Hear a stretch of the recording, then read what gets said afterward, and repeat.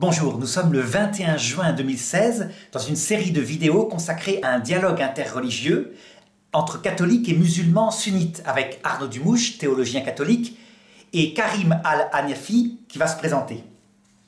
Bonjour à tous, comme d'habitude, Karim Al-Hanafi, fondateur du CRC, donc du Centre de recherche en religion comparée.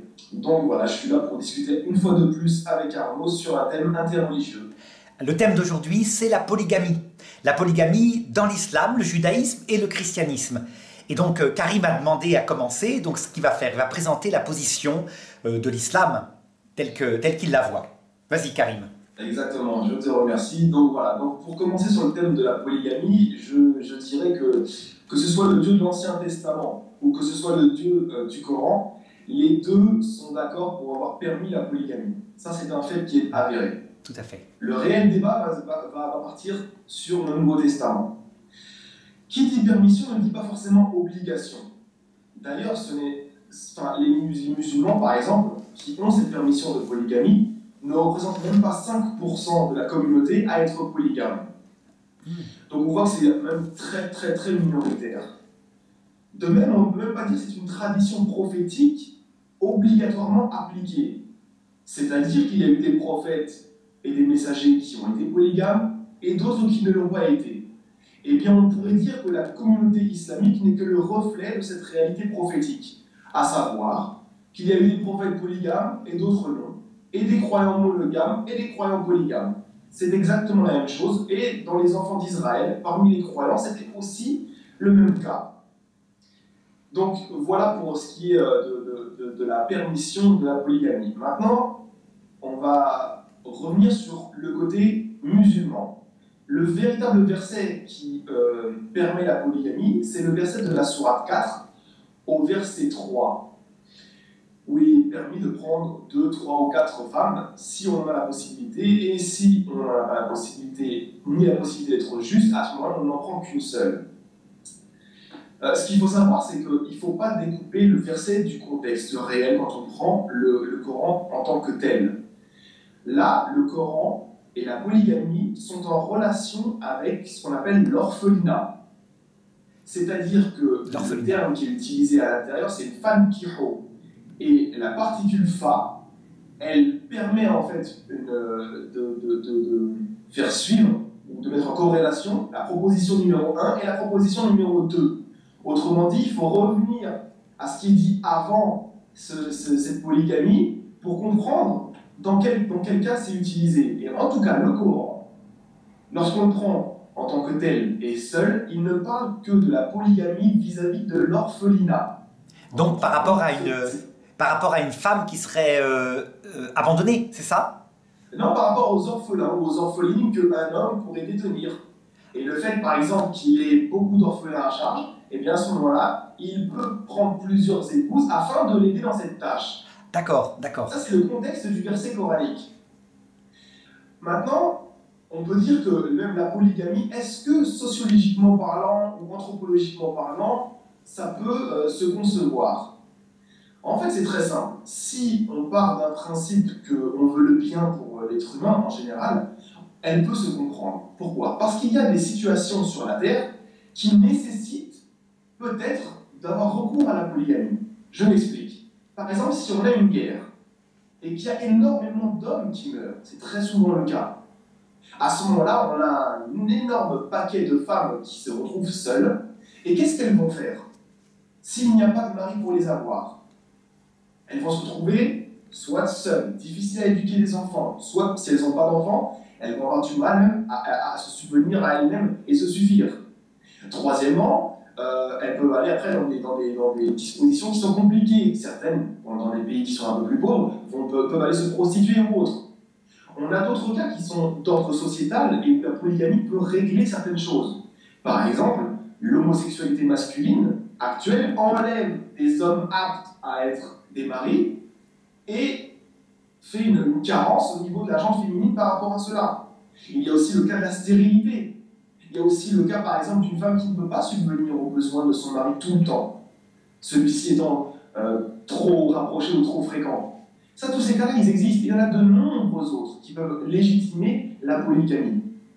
Maintenant, la polygamie n'est pas en tant que telle un modèle de couple le plus parfait. C'est pas parce que des prophètes l'ont fait que c'est le modèle le plus parfait. Pourquoi? Parce que d'autres prophètes ne l'ont pas fait. Sinon, ça aurait été une tradition prophétique suivie. Et Dieu, à la base, a créé un homme et une femme. Il n'a pas créé un homme et plusieurs femmes. J'ai une question à te poser. Oui. Imaginons un pays où il y a plus de comment dirais-je, d'hommes, beaucoup plus d'hommes que de femmes. Et ça existe actuellement en Chine. Est-ce qu'une femme pourrait avoir plusieurs hommes? Non. Pourquoi? Parce que la loi divine, que ce soit dans l'Ancien Testament, la Torah qui a été donnée par Dieu, ou alors même dans le christianisme, ou alors même dans l'islam, interdit ce qu'on appelle la polyandrie, c'est-à-dire qu'une femme puisse avoir plusieurs hommes. Oui, mais pourtant le motif que tu donnais, à savoir il y a plein d'hommes seuls, serait le même. Mais donc... non. Pourquoi? Parce que là, je vais rentrer dans d'autres problématiques encore plus corsées. Je vais expliquer très rapidement. Imagine-toi qu'une femme a plusieurs hommes. Elle a 2 ou 3 hommes. D'accord? Admettons qu'elle veuille avoir un enfant. Il va falloir, ça va être tout un problème, parce qu'il va falloir que le premier homme la met enceinte, mais l'autre, il va devoir attendre son tour.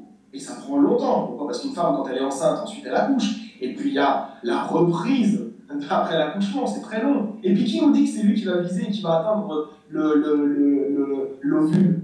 S'il y a 2 maris, il y a 2 personnes qui vont ensemencer ce territoire.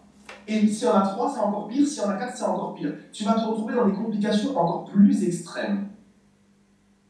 Donc c'est pour ça que la polyandrie est interdite. Pas forcément que pour ça, puisqu'il y a de nombreux autres cas qui peuvent être avancés. Mais ce que je veux dire, c'est qu'en tout cas, légalement, au niveau de la religion que Dieu nous a révélée, il n'y a que l'homme qui puisse effectuer la polygamie. On appellerait ça plutôt même la polygynie. Et la polyandrie est interdite. Voilà. Je disais donc, voilà, on en revient à ce que je disais, c'était qu'il y a des cas, comme je l'ai cité, qui nécessitent la polygamie. Et le cas le plus parfait dans la Bible, c'est celui de la stérilité de Sarah, avec Abraham. Abraham a eu 2 épouses. Pourquoi? Parce que la première était stérile. Et il faut noter une chose très très importante, Arnaud, et ainsi que les gens à qui je m'adresse, c'est que c'est sur cette base d'un couple polygame que dépendra le futur de l'humanité et son salut, puisque 2 grandes nations doivent sortir de ce couple polygame. Donc c'est un acte béni par Dieu, et c'est un acte dont dépendra le sort de l'humanité par la suite. Sauf que je peux intervenir pour te faire remarquer que dans la Bible, Agar n'est pas épouse. Agar est servante. Et Sarah, la seule épouse d'Abraham, lui demande, parce qu'elle est stérile, de coucher avec sa servante, et l'enfant sera d'elle, et non pas de la servante. Elle accouchera sur ses genoux, comme elle le dit. Donc jamais il n'a épousé Agar. Alors que, effectivement, Jacob, lui, a épousé ses servantes. Ça, c'est vrai. D'accord. Alors, je vais te rectifier sur la chose, puisqu'en fait, même le texte de la Bible le dit, Sarah a donné pour femme à Agar à Abraham. Mais le problème n'est pas là. C'est que oui, elle n'a pas le statut de Sarah. D'ailleurs, les termes hébreux qui sont utilisés font bien la différence entre une femme, c'est pas une servante, une concubine, et une femme d'ordre libre, normale. Et c'est pareil ce sont les mêmes termes qui sont utilisés pour Jacob et pour ses femmes. Il a des épouses légitimes et 2 concubines. Ce sont les mêmes termes hébreux qui sont utilisés. Donc non, c'est une famille polygame. Ça, c'est une certitude. Hajar a bien été la femme, mais une femme concubine, d'accord, de Abraham. Donc voilà, je vais juste terminer en fait pour dire que donc on a une problématique réelle. On a par exemple donc l'Ancien Testament, le Nouveau Testament, qui permet cette chose-là dans sa loi. On prend par exemple Exode chapitre 20, verset 10, on prend Deutéronome chapitre 1, 21, verset 15, Exode chapitre 21, verset 10, Deutéronome chapitre 21, verset 15, où il est totalement permis de prendre une seconde épouse. Et par contre, il y a des conditions. Par exemple, dans Exode chapitre 21, il nous est dit de ne pas ôter 3 choses que la femme a. La première, le rapport sexuel, le vêtement et la nourriture. Deutéronome 21 parle de l'amour qu'il peut y avoir d'un homme envers 2 femmes, qui peut en aimer une plus que l'autre. Donc tout cela était permis dans la loi de Dieu. Et la loi de Dieu a été appliquée jusqu'à l'époque de Jésus. Donc il n'y avait pas de problème par rapport à cela. D'ailleurs, les Juifs eux-mêmes ont appliqué la polygamie sans avoir de problème. On va dans le Talmud, on peut avoir plusieurs femmes, jusqu'à 4, même disent les rabbins, d'accord? Et ce n'est qu'au XIe siècle que Rabbi Gershom va interdire pour le côté ashkénaze des Juifs la polygamie. Et le côté séfarade va continuer à l'appliquer, mais en grande majorité actuellement, les Juifs ont décidé de ne plus appliquer la polygamie. Donc voilà, chez nous, la polygamie, elle reste permissible, mais voilà, c'est comme j'ai dit, c'est très très très restreint. Et je ne vois pas, en tout cas dans les paroles de Jésus, un enseignement qui viendrait contredire la permission de la polygamie. Mais ça, on en parlera quand on fera notre débat après. Quand j'ai fini, moi, tu me donnes 1 minute et j'ai totalement fini. Oui. Donc voilà, juste pour te dire que c'est pareil, il y a des textes qui sont utilisés aussi dans le Nouveau Testament, on va peut-être en discuter après, comme par exemple 1 Timothée chapitre 3. Mais ça, gardons-le peut-être pour notre débat. Garde le Nouveau Testament, puisque je vais... Donc, très bien. Ça va, comme ça, nous ferons un débat et tu m'opposeras les choses. D'accord. Alors, en tout cas, je vais te faire juste un panorama des choses, te dire que dans l'Ancien Testament, c'est clair. 40 cas de polygame, oui. Que Dieu n'y a jamais dit quelque chose, même des fois il y a des cas très spéciaux comme David, qui, comme on le dit dans 1 Roi chapitre 15 verset 5, n'a jamais péché devant l'Éternel, pourtant il était polygame, donc on voit que la polygamie n'est pas un péché. Et aussi dans 1 Samuel chapitre 12 au verset 8, où Dieu dit une chose extraordinaire, c'est qu'il dit à David, après lui avoir donné les épouses de son ennemi, qu'il lui en donnerait plus s'il en veut.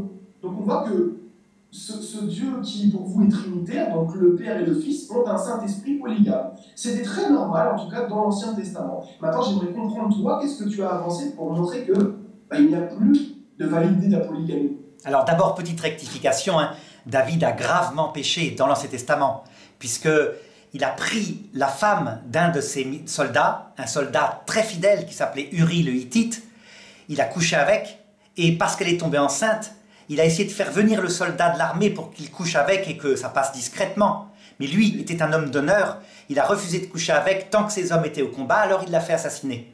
Exactement, ça a été... c'est ce que je t'ai dit, c'est juste pour pas que tu sois le juger. Je t'ai dit que 1 Roi chapitre 15 verset 5 dit que David n'a jamais péché devant l'Éternel, si ce n'est avec le cas de Uri, dont tu me parles. Alors regarde, maintenant on va reprendre la vision chrétienne, comme j'avais toujours montré ce schéma-là, que tu ne vois pas, Karim, mais que tu connais, à savoir qu'il est très différent de la vision de l'islam. Il y a donc la perfection avec Adam et Ève, et puis une chute de l'humanité qui peu à peu, tout au long de l'Ancien Testament, est affinée par Dieu en vue de la perfection rétablie par Jésus, qui n'est pas un prophète, qui est Dieu fait homme pour nous chrétiens. Et effectivement, on voit dans l'Ancien Testament, tu as tout à fait raison Karim, la polygamie est autorisée et permise par Dieu. Seulement Jésus, quand on va lui poser la question de la polygamie et aussi de la répudiation et de tas de choses comme ça, il va dire « Moïse vous a autorisé à cause de l'époque où vous aviez le cœur dur, à cause de la dureté de votre cœur. » Ça veut dire que pour lui, c'est très net, il le dit, au commencement, il n'en était pas ainsi. Dieu a fait l'homme et la femme pour un et un, à égalité de droit. Mais évidemment, attention, pas à égalité de nature. Il y a une différence de psychologie entre l'homme et la femme. Et donc, regarde un petit peu. Si je décris quelques étapes de l'Ancien Testament, tu as effectivement des choses, comment dirais-je, extrêmement fortes avec Jacob. Jacob, c'est un homme juste, c'est le petit-fils d'Abraham. Et lui, par malheur, on l'oblige à être polygame parce qu'on lui met dans le lit une femme qui n'est pas celle qu'il voulait épouser, qui s'appelle Rachel. Et donc, ça donne quoi ? Dit la Genèse chapitre 29 verset 30, que Jacob permettait à Rachel, sa femme qu'il aimait, vraiment de venir auprès de lui. Et elle était heureuse à cause de ça, mais elle n'arrivait pas à lui donner d'enfant, alors que Léa, sa sœur, était moins aimée, elle en souffrait énormément, mais elle lui donnait des enfants, si bien qu'elles n'ont jamais été heureuses. Ensuite, on voit une dégradation totale de la polygamie. Tu te rappelles peut-être avec Salomon, où la Bible dit qu'il eut 700 femmes et 300 concubines. Ça, c'est raconté, c'est terrible d'ailleurs parce qu'il va se mettre à adorer leur propre Dieu à ses femmes. C'est raconté dans le livre des rois, premier livre des rois, chapitre 11, verset 2. Donc là, il tombe vraiment grave et Dieu lui apparaît par un prophète et lui dit « Parce que tu as fait cela, je vais arracher de tes mains des tribus d'Israël. » Et donc, il va le punir de cette façon-là. Alors, tu disais tout à l'heure que la polygamie avait été autorisée jusqu'au XIe siècle. En fait, il va arriver un événement... Chez les Juifs. Hein. Chez les Juifs, hein, chez les Juifs. En fait, il va arriver un événement terrible dans le peuple juif où Dieu va éduquer son peuple, c'est le fameux exil à Babylone. Tu te rappelles quand il y a eu un roi très très saint qui s'appelait Josias, et que malgré la sainteté de ce roi, les Babyloniens vont détruire le temple, déporter le peuple. Ça va les bouleverser, hein. Ça va les faire mûrir aussi parce qu'ils vont se dire, tiens, les malheurs frappent aussi les justes. Et bien juste après, la polygamie est interdite dans le Nouveau Testament par le prophète Malachie. Et je te donne le texte. Dans l'Ancien Testament. Dans l'Ancien Testament. Donc c'est vers 500 avant Jésus-Christ. Le texte c'est Malachie chapitre 2 verset 13. Donc voilà ce que dit le prophète. Il dit au peuple juif, tu vas au temple de Jérusalem, tu offres des victimes à Dieu et tu t'étonnes que Dieu ne t'exauce pas. Eh bien moi je vais te dire ce que j'ai contre toi. Qu'as-tu fait de la femme, de l'unique de ta jeunesse que tu as aimé, à qui tu as fait des serments? Et il continue. Vous dites pourquoi? C'est que Yahvé est témoin entre toi et la femme de ta jeunesse que tu as trahie, bien qu'elle fût ton unique compagne, celle de ton alliance. N'a-t-il pas fait l'homme et la femme pour qu'ils soient un seul être, qu'il est cher et qu'il donne une descendance, une postérité? Alors donc toi, respect à ta vie, et la femme de ta jeunesse, l'unique, ne la trahis pas. Car je hais la répudiation, dit Seigneur, Dieu, et qu'on recouvre d'injustice l'injustice de ce vêtement. Respect donc à ta vie et ne commets pas cette trahison. En fait, à l'époque de Jésus, il n'y a plus de polygamie. Et c'est pourquoi Jésus ne va pas intervenir dessus. C'est clair, un homme épouse une femme. C'est acquis dans les mœurs, très nettement. D'ailleurs, tu remarqueras que chez les musulmans, c'est un peu pareil. Actuellement, il y a un manifeste de la part des femmes qui de moins en moins tolèrent la polygamie, qui disent les conditions du Coran pour être polygame, il faut leur donner absolument l'égalité. Donc une maison à chacune, mais le même amour à chacune. Et c'est impossible. Donc elles disent, la polygamie est interdite par le Coran parce que c'est impossible d'être juste avec toutes les femmes.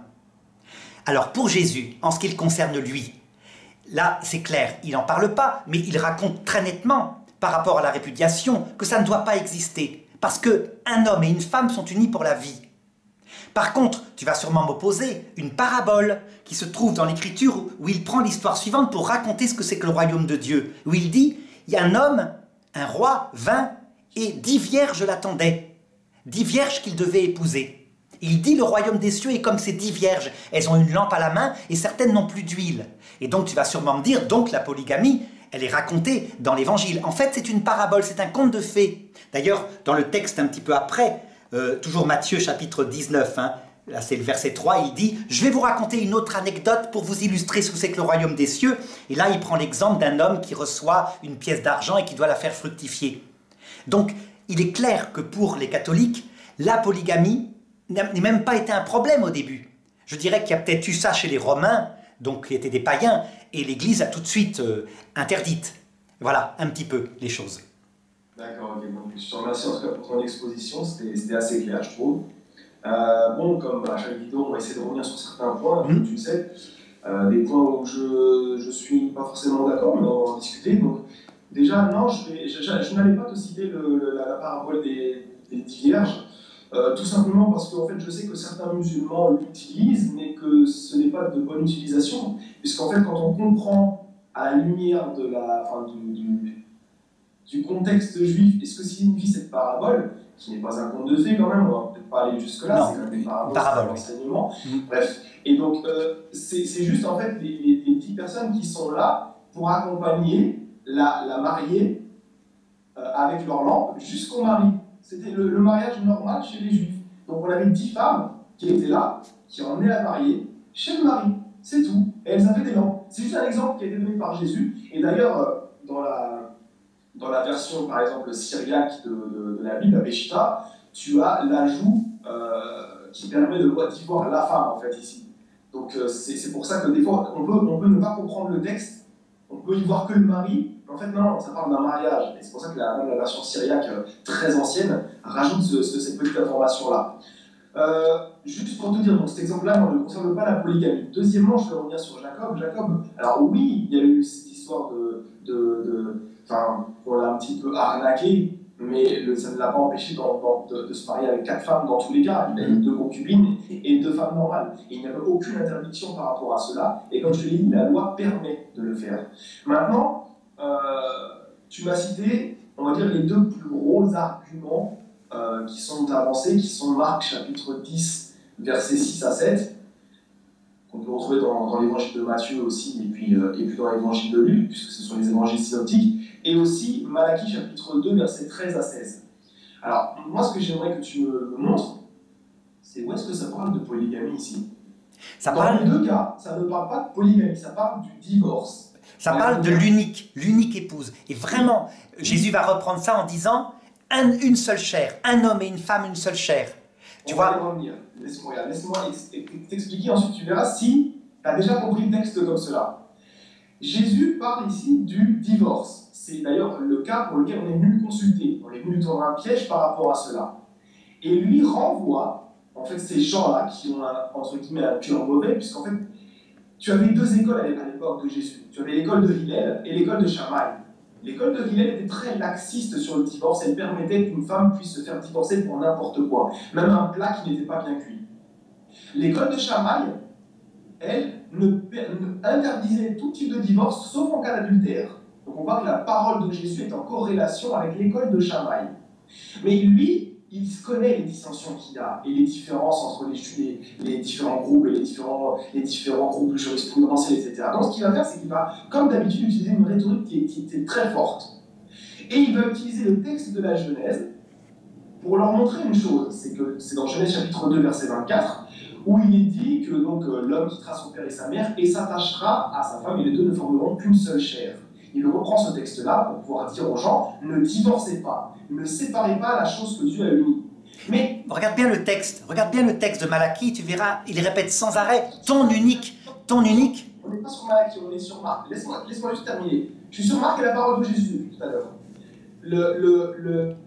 Ensuite, Jésus dit, donc, il reprend cette phrase de Genèse, et il dit que l'homme quittera son père et sa mère, puisqu'il le cite en fait. Mais la question que je vais poser, un homme quitte son père et sa mère qu'au premier mariage. Il s'agit de la première femme. C'est exactement la même chose qui est utilisée dans Malachie. Malachie, il s'agit de la première femme. Il n'y a absolument aucune interdiction polygamique derrière, puisque lorsque l'homme quitte son père et sa mère, c'est pour aller s'installer avec sa première femme. Ça ne veut pas empêcher le reste. Et c'est une réalité. Par exemple, moi, si je me marie, ou une personne, si elle se marie, à ce moment-là, moi, si je quitte mes parents, ce sera avec ma première femme. Tu vois ce que je veux dire? Oui, mais je ne suis pas d'accord. Il s'attachera à sa femme. Regarde bien le texte, c'est pas sa première femme, c'est pas sa deuxième femme, c'est sa femme. C'est-à-dire que le texte de Malachie précise bien ton unique. Il dit bien, je les ai faits hommes et femmes pour faire une seule chair, sa seule femme. Et là, c'est clair, au point que les Juifs vont l'appliquer. Ça va être évidemment pas toujours appliqué, ça tu as tout à fait raison. Mais... tu vas tomber dans une contradiction. La première est que Jésus n'a jamais demandé cette chose-là, ça ne parle pas de polygamie, ici ça parle du divorce. Les hommes qui sont mariés avec une femme, forment une seule chair avec celle-là. Ne pas divorcer. C'est l'encouragement de l'école de Shammai. C'est ce que disait et répétait Jésus. Jésus ne parle pas de la polygamie, puisqu'elle n'existe plus dans le judaïsme de l'époque de Jésus. C'est là que je voulais te dire que tu rentres dans la contradiction. Pourquoi? Parce que même les Juifs ayant ce texte de Malachie sous les yeux, même les Juifs ayant tous les cas de polygamie qu'ils ont eu, je t'ai dit quoi tout à l'heure? Je t'ai dit que c'est Rabbi Gershom qui, au XIe siècle, a interdit la polygamie. Donc, à l'époque de Jésus, ça continue d'être appliqué la polygamie. Après le XIe siècle, puisque les séfarades ne l'interdiront que bien des siècles après. Actuellement, il y en a encore qui le pratiquent. Donc, c'est pour te dire qu'avec Malachie, les Juifs n'ont pas compris ce texte-là comme toi, tu vas le comprendre. Pourquoi? Parce que même dans la Mishnah et dans ce qu'on appelle la Gemara, les deux formant le Talmud, les rabbins ont permis, encore après Jésus, ils permettaient encore la polygamie. Donc ça ne marche pas. Ce texte de Malachie et de Jésus parle de la répudiation, rien d'autre. Regarde, je te répondrai que la polygamie a été interdite, ce qui n'a pas empêché des hommes de se référer uniquement à Moïse pour se l'autoriser. Mais qu'elle a été interdite définitivement au point qu'on n'en voit plus à partir de, je dirais, de la Renaissance, ok. Mais l'interdiction date de l'Ancien Testament. Et ça, les Juifs l'ont toujours reconnu. C'est quelque chose... C'est absolument faux, Arnaud. Les Juifs ne peuvent pas avoir reconnu une chose comme cela, parce que déjà ça n'existe nulle part, il faudra que tu le prouves. Deuxièmement, ce texte de Malachie relie bien du verset 13 à 16. Je vais te le relire. Je vais te le relire. Il est très clair, il utilise plusieurs fois ton unique épouse. Mais c'est pas grave, ça c'est le premier mariage. Regarde le texte, il te parle de la femme qu'il a épousée de sa jeunesse. Ça n'empêche pas que par la suite il puisse épouser une autre épouse. Non, l'un n'empêche pas l'autre. Tu forces le texte. Admettons avec toi qu'ici ça concerne des gens qui étaient monogames à l'époque de Malachie. Mais Dieu leur fait seulement une remontrance par rapport à eux et à leur cas, mais il n'a jamais fait de remontrance à tous les polygames auparavant. Il s'est passé la chose suivante. Il s'est passé la chose suivante. La même chose qu'on voit dans l'islam. Les femmes juives n'ont plus toléré. Ça veut dire que... Parce que les femmes musulmanes ne tolèrent plus la polygamie. De moins en moins. Jalousie, avoir un sentiment de difficulté par rapport à cela. Même le prophète, parmi ces femmes, elles étaient jalouses.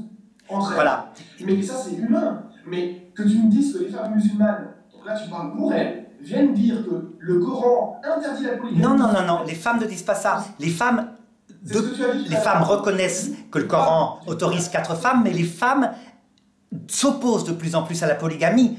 Et d'ailleurs s'opposent même à certaines lois comme la charia, avec la répudiation, où il suffit de dire 3 fois je te répudie et on est répudié sans droit, parce qu'elles ont le sens qu'il y a une injustice profonde qui est faite à leur nature féminine. Donc cette pression des femmes a fait que les hommes à un moment donné ont bien fini par se dire effectivement il y a quelque chose qui ne va pas, quelque chose qui n'est pas respectueux de leur nature féminine. En fait, Arnaud, là il y a un problème, c'est que là tu sais j'ai fait un débat avec l'abbé Guy Pagès, oui. Donc, qui est aussi un prêtre, et cette personne-là s'est retrouvée dans la même problématique que toi. C'est-à-dire qu'au bout d'un moment il est venu dans le débat nous dire que la polygamie était un péché de tout temps. Ah non, je n'ai pas dit ça, moi. Il n'a pas su s'en sortir. En fait, la loi le permet, il me disait même que je n'ai pas dit ça. Elle amène au péché. Je n'ai pas dit ça. Non. Attends, je te réponds à cet argument-là. La polygamie a toujours été contre la nature féminine, mais à cause de la dureté du cœur de l'homme, elle a été autorisée. De même, d'ailleurs... C'est faux. De même, d'ailleurs... Tu divorces. La polygamie n'a pas... Donne-moi un verset où Dieu dit que c'est à cause de la dureté du cœur que je permets la polygamie. Ceci n'existe pas. Non. Les 2 textes qui légitiment, c'est Exode chapitre 21, verset 10 et Deutéronome chapitre 21, verset 15, où Dieu permet la polygamie sans y mettre de restrictions. Il permet le divorce sans y mettre de restrictions et c'est une faute. Ça va être découvert plus tard. Ça veut dire qu'il peut y avoir des permissions de Dieu sur des fautes provisoires parce que les hommes sont durs. Et ça, c'est tout l'Ancien Testament qui le montre. Alors regarde, j'ai vu que tu avais fait un autre thème qui sera prévu, qui sera le divorce dans l'islam, le christianisme et le judaïsme. Alors on traitera de cette question entièrement et je te prouverai que ce que tu viens de dire c'est une aberration, gentiment bien évidemment et respectueusement, parce que pour moi, le fait que tu dises que c'est une faute le divorce, c'est une catastrophe. Vous n'avez personnellement, l'Église catholique, pas compris la parole de Jésus. Il n'a pas interdit la polygamie, le divorce. Ad vitam aeternam, c'est juste que les gens abusaient du divorce de son temps. Comme l'école de Hillel est venue le questionner par rapport à cela, où il faisait que divorcer pour rien. À l'époque de Malachie, c'est pareil. Regarde bien le texte, il divorçait pour rien. Donc, je crois qu'on a à peu près dit les choses, hein. On va peut-être arrêter le débat ici, mais il est évident que sur le texte en question, chacun pourra se faire une opinion en relisant le texte de Malachie, en relisant le texte de Jésus, évidemment interprété dans le sens de notre foi à chacun d'entre nous. Voilà, je pense que... Attends, avant de terminer, parce que... Oui, si tu as une question. Tu m'avais dit qu'on allait revenir sur certains passages du Nouveau Testament. Je t'avais cité 1 Timothée chapitre 3, verset 1 à 2, où il dit que pour être évêque, ou ancien, ou même diacre, verset 12, il faut être mari d'une seule femme. On est d'accord. Ce qui veut dire que la polygamie dans le monde romain est pratiquée, et que ça, c'est une chose qui empêche évidemment d'accéder aux ordres sacrés. D'accord. Donc, pour toi, on ne peut pas être polygame et être dans le droit chemin. Non, c'est beaucoup plus subtil que ça. La loi, quelquefois, la conscience humaine est obscurcie. Mais si tu regardes le sommet, ça va même très loin, puisqu'on ne peut pas être dans le droit chemin concernant Jésus-Christ si on n'est pas capable d'aimer ses ennemis. Ça va jusque-là. Et je crois qu'il y a très peu de gens qui aiment leurs ennemis. Ça veut dire que personne n'est dans le droit chemin, on est tous pécheurs. Si tu regardes maintenant, en soi, la nature féminine et masculine, on voit bien que c'est notre chair, à nous, masculins, qui désire avoir quelques femmes, un peu comme d'ailleurs ça se passe chez les grands singes. Mais si on spiritualise la loi en nous, c'est une loi d'amour, d'amitié, où, je dirais, notre meilleure amie, celle qui est notre confidente, notre unique, est aussi notre maîtresse, mais aussi notre présence à la maison. Et donc, la mère de nos enfants, on voit bien qu'il y a une spiritualisation de l'humanité qui se fait de plus en plus vers cette unique épouse. Je dirais même qu'on voit la spiritualité d'un peuple en fonction de son rapport à la femme. Ça veut dire que la monogamie a été pratiquée chez des peuples très affinés, comme par exemple les Égyptiens anciens. Tu me diras, ils avaient aussi de la polygamie, mais comme ils voulaient imiter Isis et Osiris, très souvent, ils n'avaient qu'une seule épouse. Et là, c'est la finesse d'un peuple. Mais ce que tu dis, attention, parce que ça va contre ton livre, c'est ça le problème. D'ailleurs, j'ai remarqué que tu nous as, parce qu'hier on a parlé de l'évolution, là tu nous as refait un rapprochement avec le singe, je me demande si tu ne considères pas King Kong comme étant presque ton ancêtre. Il faut faire attention à... Ça ne va pas contre mon livre, puisque l'Ancien Testament, je te l'ai dit, je l'ai montré dans le schéma, manifeste un progrès de l'homme comme ça. Donc un progrès, c'est-à-dire qu'il décrit l'homme dans un état, évidemment, de pécheur. Évidemment, attends, je termine, Karim. Dans le Coran, c'est pas du tout la même approche. Dans le Coran, la perfection est donnée depuis toujours, à chaque époque, et l'homme, ensuite, la pervertit, donc un nouveau prophète arrive. Si bien qu'effectivement, c'est logique avec votre théologie, vous allez justifier des actes qui ont été permis, vraiment objectivement, par la volonté de Dieu. Mais quand on regarde la loi juive, la loi de Moïse est parfois profondément imparfaite. Je peux te raconter un exemple, un simple exemple, qui va te montrer que... Juste avant que tu me donnes ton exemple, est-ce que je peux te citer le psaume chapitre 19 où il est dit que la loi de Dieu est parfaite? Mais la loi de Dieu est parfaite en ce sens qu'elle est un chemin qui va conduire. Elle est parfaite pour l'époque. Mais quant à dire qu'elle est parfaite à toute époque, c'est démontrable que non. Je te donne l'exemple suivant. Tu connais l'exemple de la lapidation. La loi de Moïse dit, si une femme, une jeune fille qui n'est pas mariée est enceinte, c'est donc qu'elle a commis l'adultère quelque part. Enfin, elle n'a pas commis l'adultère, elle n'était pas mariée, mais enfin, elle a couché avec un homme. Si elle prétend qu'elle a été violée dans la ville, alors tu la lapideras. Parce qu'elle aurait pu crier et être sauvée. Mais si elle prétend qu'elle a été violée dans la campagne, alors tu la laisseras vivre parce qu'elle a pu appeler et personne n'a pu l'entendre. Cette loi, elle est profondément inique et Moïse aurait pu le savoir puisque la propre fille d'Abraham a été violée dans la ville. Elle s'appelait Dina, elle a été violée dans une fête, il y avait de la musique, personne ne l'a entendu crier. Et pourtant, c'est la loi de Dieu. Attends, la fille d'Abraham a été violée, Dina. La fille de Jacob a été violée. De Jacob. Et donc, on voit bien quoi? Que c'est la parole de Dieu, parce qu'elle révèle, non pas la perfection, mais un chemin où l'homme va peu à peu s'affiner. Aucun juif, actuellement, n'appliquerait cette loi de Moïse. On sait bien que c'est primitif. Et donc, notre conception théologique qui montre un progrès nous permet de nous séparer de quelque chose qui était provisoire. Alors que votre conception qui dit que tout était parfait à chaque époque, eh bien, évidemment, vous ramène forcément à des trucs que vous essayez de justifier. Voilà comment je vois les choses, Karim. Notre vision, ce n'est pas celle-là. C'est ça le problème, c'est que tu parles beaucoup pour nous. Notre vision n'a jamais été de dire que tout a été rose à chaque époque, ou que tout a été magnifique. Non, c'est que les prophètes venaient pour rappeler, en fait, au repentir et à la réalité de la révélation, les peuples qui s'égaraient. Mais là, ce que tu viens de dire, encore une fois, après on va terminer, mais c'est quand même, pour moi, personnellement, c'est comme l'avait dit Guy Pagès, c'est très grave. Tu es en train de dire que la loi de Moïse était inique. Je te rappelle que c'est Jésus qui l'a révélé. La loi de Moïse était imparfaite. Elle ne sauvait personne. Et la Bible le dit à un moment donné, « Je vous ai donné une loi mauvaise qui ne vous sauvait pas, mais qui vous montrait que vous étiez pécheurs. » Mais que en tout cas, moi j'ai le psaume 19, d'accord, qui a été révélé par Dieu aussi, et qui te dit que la loi était parfaite. Mais et que les ordonnances de Dieu sont toutes. C'est très simple à expliquer. C'est très simple à expliquer, Karim. Regarde, je vais te montrer qu'il n'y a pas de contradiction dans notre interprétation. C'est que, écoute-moi, Karim, oui, mais je te réponds, tu parleras après. La loi est parfaite. Chut, Karim, la loi est parfaite en ce sens qu'elle est un chemin qui peu à peu va conduire à la perfection, donc adaptée à tel peuple de telle époque, elle est adaptée, elle est parfaite pour eux.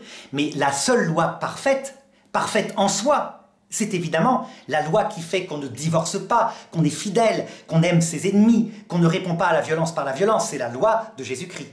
Voilà. Bon, je vais utiliser un proverbe qui s'appelle le proverbe chapitre 18, verset 13, qui dit que fou est celui qui répond avant d'avoir écouté, car il s'attire la confusion. Parce que je te demandais la parole depuis tout à l'heure, parce que je suis en train de parler, tu m'as coupé, tu as pris la parole. Regarde bien, tes propres propos que tu as dit, tu pourras les réécouter, tu as dit que c'était une loi inique, qu'elle était imparfaite, que c'était une injustice, etc. Mais c'est le contraire qui est dit dans l'Ancien Testament. Dieu te dit, c'est Dieu lui-même qui te dit, la loi est parfaite, que toutes les ordonnances sont justes, toutes les ordonnances doivent être appliquées, et elles l'ont toujours été. C'est pour ça que tu contredis entièrement le texte de l'Ancien Testament. Tu as fait comme l'avait dit Palès. Tu tombes dans une ineptie par rapport à ce problème de la polygamie, parce que vous n'arrivez pas à vous en sortir. Mais non, Karim, c'est ce qu'il faut que vous fassiez. je t'ai répondu. Je t'ai répondu. En un certain sens, elle est parfaite. En un autre sens, elle est inique. Une loi qui ne sauve pas. Le texte le dit aussi. Est-ce que la Bible se contredit? Non, parce qu'elle ne regarde pas sous le même aspect, les choses. Elle regarde... Je n'ai pas réexpliqué puisque je l'ai dit juste avant. Voilà. Oui, d'accord. Mais alors, donc pour toi, en fait, ce que je comprends pas, c'est que pour toi, donc, le fait par exemple qu'on ne divorce pas de sa femme, c'est une loi parfaite. Mais elle n'est pas forcément parfaite, ta loi. Mais ça on le verra peut-être dans une autre vidéo. Une femme qui se fait cogner dessus du matin au soir, qu'est-ce qui lui arrive? Est-ce que pour elle, c'est un bonheur? Mais l'imperfection, elle est dans le fait qu'elle se fait cogner dessus du matin au soir. Ça veut dire que le cœur de l'homme est pervers. Et donc, dans ce cas-là, à cause de ce qui se passe, une loi qui est un mal va être autorisée comme un moindre mal, mais pas comme un bien. Donc, jamais. Donc tu viens de dire donc, que cette chose-là, c'est le divorce était un mal. Le divorce est toujours un mal, mais parfois un moins... Attends, s'il te plaît, Karim, laisse-moi finir ma phrase. Le divorce est toujours un mal, mais parfois un moindre mal. C'est nécessaire. La guerre est toujours un mal, mais parfois un moindre mal. La guerre, c'est pas un bien. Mais quand il faut faire la guerre à Hitler, c'est un moindre mal. Voilà. C'est tout simplement la théologie catholique. Il n'y a pas de problème. Alors, pour terminer, je vais te faire un petit résumé rapide. Donc, la polygamie a été permise par Dieu. C'est une loi juste. Non. C'était à titre de moindre mal, dit Jésus, parce que votre cœur était dur. Non, là tu me parles d'une chose. 1600 ans après, Jésus parle du divorce. Il ne parle pas de polygamie. C'est Malachie. C'est pas la parole de Jésus qui parle de polygamie. C'est à qui? Je t'ai le dit, hein, c'est à qui? C'est-à-dire que Malachie, lui, le montre bien. Ta femme, ton unique, tu lui resteras fidèle. Oui, mais ça, t'as pas compris. Ça ne contredit pas. J'ai compris, ne nous répétons pas, tu as bien expliqué. Non, c'est bon. Bah oui, c'est toi qui m'interromps parce que je fais une conclusion. Je dis que c'est une loi juste. Tu me dis non. Si c'est une loi juste, l'Éternel te dit même que toutes ces ordonnances sont justes. Toi, tu viens de... Non, mais on repart sur le même débat. Je crois qu'on s'est suffisamment expliqué sur ce point-là. Je te propose, Karim, d'arrêter puisqu'on l'a dit 2 fois, donc on va se répéter. Donc, je ne te demande même pas de répondre. Je te fais une conclusion de la chose. Je te dis que la polygamie a toujours été permise. Elle a été utilisée par les messagers, par les prophètes, que ces prophètes-là n'ont jamais péché en l'appliquant. Je te dis que le texte de Malachie est en rapport avec la répudiation, rien à voir avec la polygamie. Le texte de Marc chapitre 10 avec Jésus parle du divorce. C'est marqué dans le titre, et c'est l'énoncé. Ça ne parle pas de polygamie. De même pour les textes comme 1 Timothée 3, 1 à 2, il y a des grands penseurs, exégètes, pas forcément catholiques, mais qui ont dit qu'on l'a compris aussi comme disant que si on n'est pas un ancien ou un évêque ou un diacre, on pouvait être polygame. C'est une position qui existe dans l'exégétisme. Non, jamais. Alors tu prendras, c'est ce que tu vas faire, tu vas prendre le commentaire de William MacDonald aux éditions 2003, La Joie, à la page 1026, et tu vas lire ce qu'il dira. Et le commentaire de William MacDonald a été congratulé par William MacArthur, qui est l'un des grands du protestantisme actuellement, et qui a dit que c'était le meilleur commentaire qu'il a jamais lu, condensé. C'est pour te dire que fais attention. Mais non. Les exégètes, je les connais. J'ai pratiqué l'exégèse. Vous avez d'ailleurs les mêmes problèmes avec eux. Ça veut dire que sortir du texte qu'il doit être marié avec une seule femme, le fait que la polygamie est autorisée dans l'Église catholique, c'est aberrant. Ça n'a jamais été autorisé. C'est pour ça qu'ils ont dit cela. La polygamie, si tu veux, elle est autorisée dans le monde romain. Elle est autorisée dans le monde romain. Dans le monde juif, je te l'ai dit, c'est interdit bien avant, 200 ans avant Jésus-Christ. C'est faux, puisque je viens de dire que c'est Rabbi Gershom qui a interdit la polygamie. Bon, écoute, Karim, je crois qu'on va arrêter là, tout est dit, et je pense que nous... Parce qu'en fait, tu ne peux pas arrêter quand tu veux vouloir... C'est pas ça, c'est que on va arrêter de tourner en rond. Il faut qu'on reste sur autre chose, et comme on se répète, comme tu as conclu... Moi, je te pose des questions, mais elles sont importantes, ça Si, uniquement si elle a un rapport avec autre chose. Non, d'accord, c'est trop autre chose. Est-ce que le Talmud est ultérieur à Jésus? Non, il y a une partie du Talmud qui date de Babylone. qui date du premier exil. Le Talmud de Babylone est bien avant. La Mishnah, je parle de la Gemara. Le Talmud, c'est une série de commentaires qui à peu près commence à, je dirais, 700 avant Jésus-Christ, qui se termine en 1000 après Jésus-Christ. D'accord. Donc moi, ce que je veux te... Non, c'est bien avant, parce que le Talmud de Babylone a été fini au 6e siècle, pour celui de Babylone. Bref, moi, ce que je veux te dire, c'est est-ce que ça apparaît après Jésus ou pas? Il peut y avoir des gens qui se réfèrent qu'à la loi de Moïse. C'était les Sadducéens, les descendants des Sadducéens. C'est évident. C'est pas ma question. Le Talmud est-il post-Jésus ou pas? Une partie du Talmud est post-Jésus, oui. Très bien. Donc à l'intérieur, les rabbins discutaient, donc au 4e, 5e siècle, après Jésus, ils discutaient de la polygamie. Ils discutaient du nombre de femmes qu'un juif peut avoir. Ils discutent de tout. Ils discutent de tout. Le Talmud, ce sont des discussions de centaines d'opinions.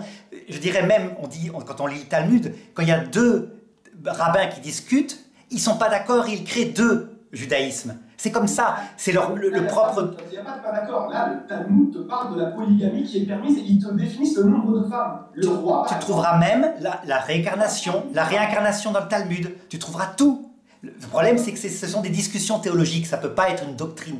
Là, on parle de la polygamie. Je laisse sur la polygamie. Pourquoi tu veux toujours aller à droite à gauche? Sur la polygamie, le roi d'Israël pouvait avoir jusqu'à 18 épouses. C'est ce que nous dit le Talmud. Il n'y a plus de roi d'Israël depuis... Oui, mais c'est un texte qui, si on récupère la royauté en Israël, eh bien, on peut réappliquer cette chose-là. Les croyants, là, c'est autre chose, ont droit jusqu'à 4 épouses. C'est ce que nous disent les rabbins après Jésus. Pas les rabbins. Un rabbin dit, c'est son opinion, que si la royauté revient, il y aura 18 épouses pour les rois, et les autres s'y opposent en disant c'est n'importe quoi, il ne peut y avoir qu'une épouse parce que Dieu, etc. Tu ne peux pas te servir du Talmud. Le Talmud, c'est une discussion, c'est un débat.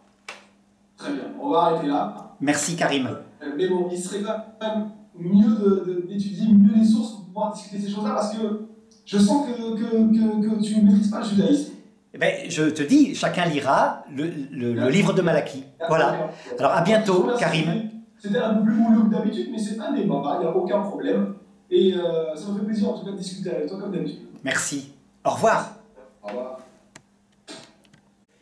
Bonjour, nous sommes le 21 juin 2016 dans une série de vidéos consacrée à un dialogue interreligieux entre catholiques et musulmans sunnites avec Arnaud Dumouche, théologien catholique, et Karim Al-Hanafi qui va se présenter. Bonjour à tous, comme d'habitude, Karim Al-Hanafi, fondateur du CRC, donc du Centre de recherche en religion comparée. Donc voilà, je suis là pour discuter une fois de plus avec Arnaud sur un thème interreligieux. Le thème d'aujourd'hui, c'est la polygamie. La polygamie dans l'islam, le judaïsme et le christianisme. Et donc Karim a demandé à commencer, donc ce qu'il va faire, il va présenter la position de l'islam telle qu'il la voit. Vas-y Karim. Exactement, je te remercie. Donc voilà, donc pour commencer sur le thème de la polygamie, je dirais que ce soit le Dieu de l'Ancien Testament ou que ce soit le Dieu du Coran, les deux sont d'accord pour avoir permis la polygamie. Ça, c'est un fait qui est avéré. Tout à fait. Le réel débat va partir sur le Nouveau Testament. Qui dit permission ne dit pas forcément obligation. D'ailleurs, les musulmans, par exemple, qui ont cette permission de polygamie, ne représentent même pas 5% de la communauté à être polygame. Donc on voit que c'est même très très très minoritaire. De même, on ne peut même pas dire que c'est une tradition prophétique obligatoirement appliquée. C'est-à-dire qu'il y a eu des prophètes et des messagers qui ont été polygames et d'autres qui ne l'ont pas été. Eh bien, on pourrait dire que la communauté islamique n'est que le reflet de cette réalité prophétique, à savoir qu'il y a eu des prophètes polygames et d'autres non, et des croyants monogames et des croyants polygames. C'est exactement la même chose, et dans les enfants d'Israël, parmi les croyants, c'était aussi le même cas. Donc voilà pour ce qui est de la permission de la polygamie. Maintenant, on va revenir sur le côté musulman.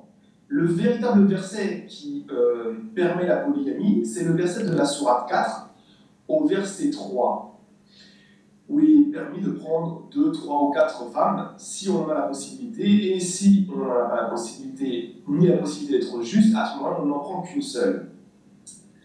Ce qu'il faut savoir, c'est qu'il ne faut pas découper le verset du contexte réel quand on prend le Coran en tant que tel. Là, le Coran et la polygamie sont en relation avec ce qu'on appelle l'orphelinat. C'est-à-dire que le terme qui est utilisé à l'intérieur, c'est le fankiho. Et la particule fa, elle permet en fait de faire suivre, ou de mettre en corrélation la proposition numéro 1 et la proposition numéro 2. Autrement dit, il faut revenir à ce qui est dit avant cette polygamie pour comprendre dans quel cas c'est utilisé. Et en tout cas, le Coran, lorsqu'on le prend en tant que tel et seul, il ne parle que de la polygamie vis-à-vis de l'orphelinat. Donc par rapport à une femme qui serait abandonnée, c'est ça? Non, par rapport aux orphelins ou aux orphelines qu'un homme pourrait détenir. Et le fait, par exemple, qu'il ait beaucoup d'orphelins à charge, eh bien à ce moment-là, il peut prendre plusieurs épouses afin de l'aider dans cette tâche. D'accord, d'accord. Ça, c'est le contexte du verset coranique. Maintenant, on peut dire que même la polygamie, est-ce que sociologiquement parlant ou anthropologiquement parlant, ça peut se concevoir? En fait, c'est très simple. Concubine, ça c'est raconté, c'est terrible d'ailleurs parce qu'il va se mettre à adorer leur propre Dieu à ses femmes. C'est raconté dans le livre des rois, premier livre des rois, chapitre 11, verset 2. Donc là, il tombe vraiment grave et Dieu lui apparaît par un prophète et lui dit « Parce que tu as fait cela, je vais arracher de tes mains des tribus d'Israël. » Et donc, il va le punir de cette façon-là. Alors, tu disais tout à l'heure que la polygamie avait été autorisée jusqu'au XIe siècle. En fait, il va arriver un événement... Chez les Juifs. Chez les Juifs. En fait, il va arriver un événement terrible dans le peuple juif où Dieu va éduquer son peuple, c'est le fameux exil à Babylone. Tu te rappelles quand il y a eu un roi très très saint qui s'appelait Josias, et que malgré la sainteté de ce roi, les Babyloniens vont détruire le temple, déporter le peuple. Ça va les bouleverser, hein. Ça va les faire mûrir aussi parce qu'ils vont se dire, tiens, les malheurs frappent aussi les justes. Et bien juste après, la polygamie est interdite dans le Nouveau Testament par le prophète Malachie. Et je te donne le texte. Dans l'Ancien Testament. Dans l'Ancien Testament. Donc c'est vers 500 avant Jésus-Christ. Le texte c'est Malachie chapitre 2 verset 13. Donc voilà ce que dit le prophète. Il dit au peuple juif, « Tu vas au temple de Jérusalem, tu offres des victimes à Dieu, et tu t'étonnes que Dieu ne t'exauce pas. Eh bien moi je vais te dire ce que j'ai contre toi. Qu'as-tu fait de la femme, de l'unique de ta jeunesse que tu as aimée, à qui tu as fait des serments ?» Et il continue. Vous dites pourquoi? C'est que Yahvé est témoin entre toi et la femme de ta jeunesse que tu as trahie, bien qu'elle fût ton unique compagne, celle de ton alliance. N'a-t-il pas fait l'homme et la femme pour qu'ils soient un seul être, qu'il est cher et qu'il donne une descendance, une postérité? Alors donc toi, respect à ta vie, et la femme de ta jeunesse, l'unique, ne la trahis pas. Car je hais la répudiation, dit Seigneur, Dieu, et qu'on recouvre d'injustice l'injustice de ce vêtement. Respect donc à ta vie et ne commets pas cette trahison. En fait, à l'époque de Jésus, il n'y a plus de polygamie. Et c'est pourquoi Jésus ne va pas intervenir dessus. C'est clair, un homme épouse une femme. C'est acquis dans les mœurs, très nettement. D'ailleurs, tu remarqueras que chez les musulmans, c'est un peu pareil. Actuellement, il y a un manifeste de la part des femmes qui de moins en moins tolèrent la polygamie, qui disent les conditions du Coran pour être polygame, il faut leur donner absolument l'égalité. Donc une maison à chacune, mais le même amour à chacune. Et c'est impossible. Donc elles disent, la polygamie est interdite par le Coran parce que c'est impossible d'être juste avec toutes les femmes. Alors pour Jésus, en ce qui le concerne lui, là c'est clair, il n'en parle pas, mais il raconte très nettement, par rapport à la répudiation, que ça ne doit pas exister. Parce qu'un homme et une femme sont unis pour la vie. Par contre, tu vas sûrement m'opposer une parabole qui se trouve dans l'Écriture où il prend l'histoire suivante pour raconter ce que c'est que le royaume de Dieu. Où il dit, il y a un homme, un roi, vint et 10 vierges l'attendaient. 10 vierges qu'il devait épouser. Il dit, le royaume des cieux est comme ces 10 vierges. Elles ont une lampe à la main et certaines n'ont plus d'huile. Et donc tu vas sûrement me dire, donc la polygamie, elle est racontée dans l'Évangile. En fait, c'est une parabole, c'est un conte de fées. D'ailleurs, dans le texte un petit peu après, toujours Matthieu chapitre 19, hein, là c'est le verset 3, il dit « Je vais vous raconter une autre anecdote pour vous illustrer ce que c'est que le royaume des cieux. » Et là, il prend l'exemple d'un homme qui reçoit une pièce d'argent et qui doit la faire fructifier. Donc, il est clair que pour les catholiques, la polygamie... Si on part d'un principe qu'on veut le bien pour l'être humain en général, elle peut se comprendre. Pourquoi? Parce qu'il y a des situations sur la Terre qui nécessitent peut-être d'avoir recours à la polygamie. Je m'explique. Par exemple, si on a une guerre et qu'il y a énormément d'hommes qui meurent, c'est très souvent le cas. À ce moment-là, on a un énorme paquet de femmes qui se retrouvent seules. Et qu'est-ce qu'elles vont faire s'il n'y a pas de mari pour les avoir? Elles vont se retrouver soit seules, difficiles à éduquer les enfants, soit si elles n'ont pas d'enfants, elles vont avoir du mal même à se subvenir à elles-mêmes et se suffire.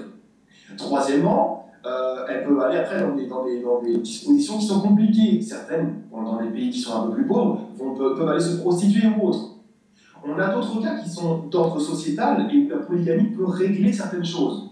Par exemple, l'homosexualité masculine actuelle enlève des hommes aptes à être des maris et fait une carence au niveau de la gente féminine par rapport à cela. Il y a aussi le cas de la stérilité. Il y a aussi le cas, par exemple, d'une femme qui ne peut pas subvenir aux besoins de son mari tout le temps, celui-ci étant trop rapproché ou trop fréquent. Ça, tous ces cas-là, ils existent. Il y en a de nombreux autres qui peuvent légitimer la polygamie. Maintenant, la polygamie n'est pas en tant que telle un modèle de couple le plus parfait. C'est pas parce que des prophètes l'ont fait que c'est le modèle le plus parfait. Pourquoi? Parce que d'autres prophètes ne l'ont pas fait. Sinon, ça aurait été une tradition prophétique suivie. Et Dieu, à la base, a créé un homme et une femme. Il n'a pas créé un homme et plusieurs femmes. J'ai une question à te poser. Oui. Imaginons un pays où il y a plus de comment dirais-je, d'hommes, beaucoup plus d'hommes que de femmes. Et ça existe actuellement en Chine. Est-ce qu'une femme pourrait avoir plusieurs hommes? Non. Pourquoi? Parce que la loi divine, que ce soit dans l'Ancien Testament, la Torah qui a été donnée par Dieu, ou alors même dans le christianisme, ou alors même dans l'islam, interdit ce qu'on appelle la polyandrie, c'est-à-dire qu'une femme puisse avoir plusieurs hommes. Oui, mais pourtant le motif que tu donnais, à savoir il y a plein d'hommes seuls, serait elle-même. Mais non. Pourquoi? Parce que là, je vais rentrer dans d'autres problématiques encore plus corsées. Et je l'explique très rapidement. Imagine-toi qu'une femme a plusieurs hommes. Elle a 2 ou 3 hommes. D'accord? Admettons qu'elle veuille avoir un enfant. Il va falloir, ça va être tout un problème, parce qu'il va falloir que le premier homme la met enceinte, mais l'autre, il va devoir attendre son tour. Et ça prend longtemps. Pourquoi? Parce qu'une femme, quand elle est enceinte, ensuite elle accouche. Et puis il y a la reprise après l'accouchement, c'est très long. Et puis qui nous dit que c'est lui qui va viser et qui va atteindre l'ovule? S'il y a 2 maris, il y a 2 personnes qui vont ensemencer ce territoire. Et s'il y en a 3, c'est encore pire. S'il y en a 4, c'est encore pire. Tu vas te retrouver dans des complications encore plus extrêmes.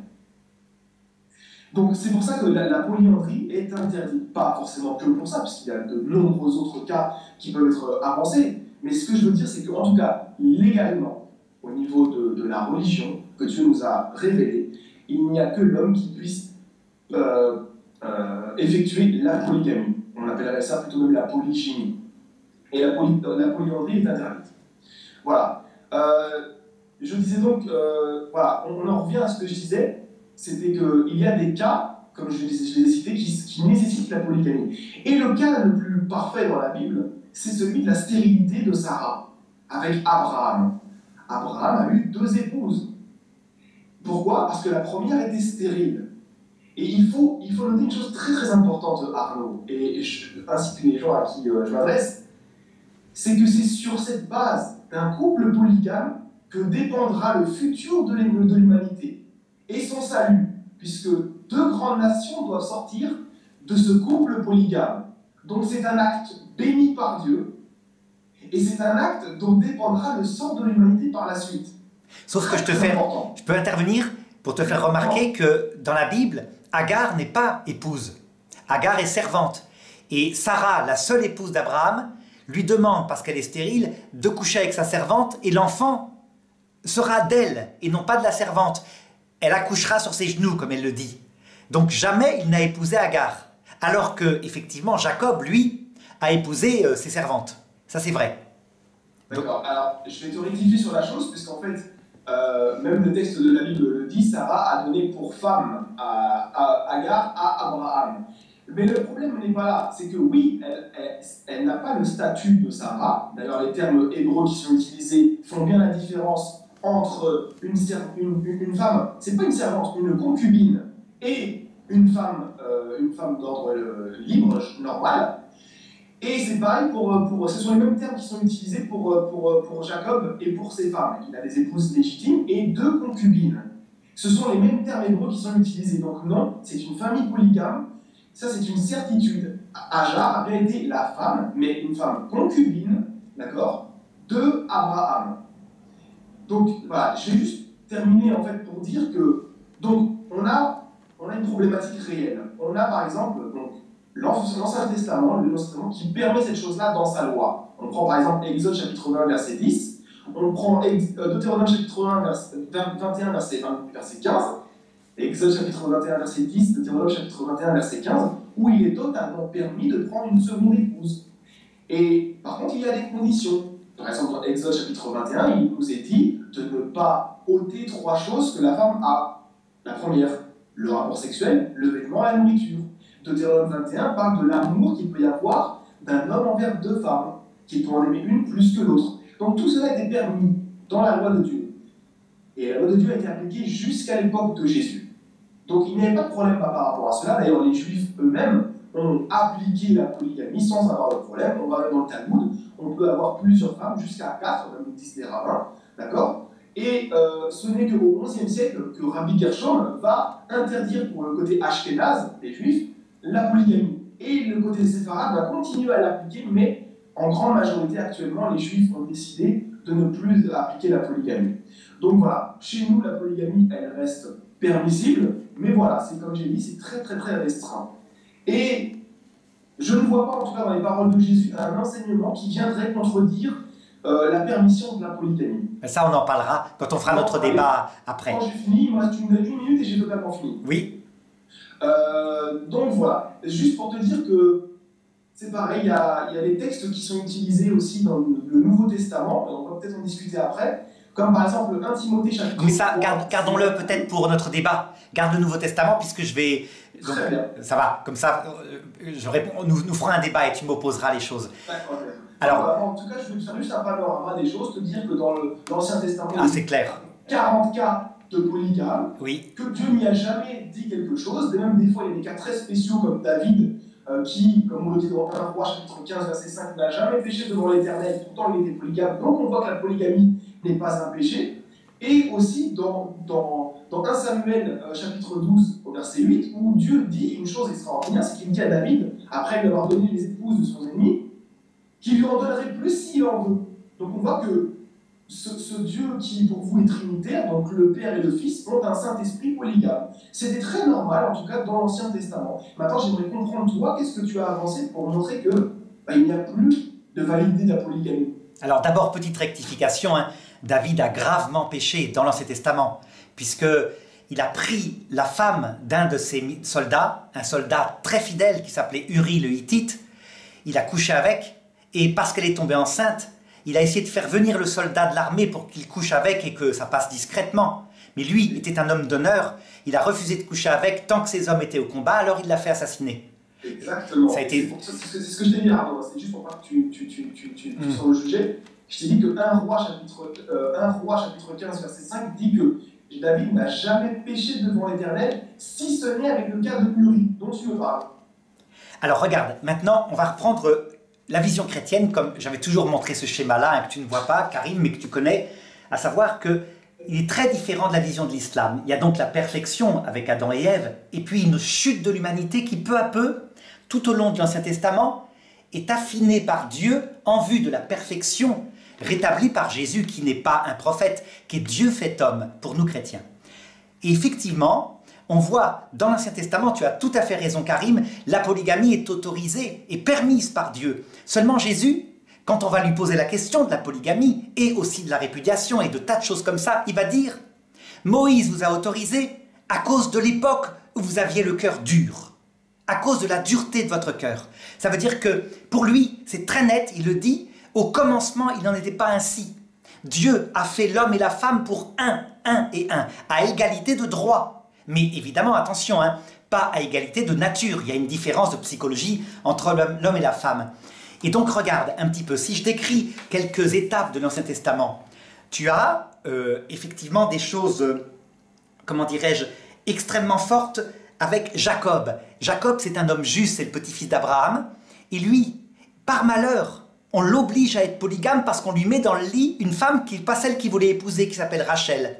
Et donc ça donne quoi? Dit la Genèse chapitre 29 verset 30, que Jacob permettait à Rachel, sa femme qu'il aimait, vraiment de venir auprès de lui. Et elle était heureuse à cause de ça, mais elle n'arrivait pas à lui donner d'enfants, alors que Léa, sa sœur, était moins aimée, elle en souffrait énormément, mais elle lui donnait des enfants. Si bien qu'elles n'ont jamais été heureuses. Ensuite, on voit une dégradation totale de la polygamie. Tu te rappelles peut-être avec Salomon, où la Bible dit qu'il eut 700 femmes et 300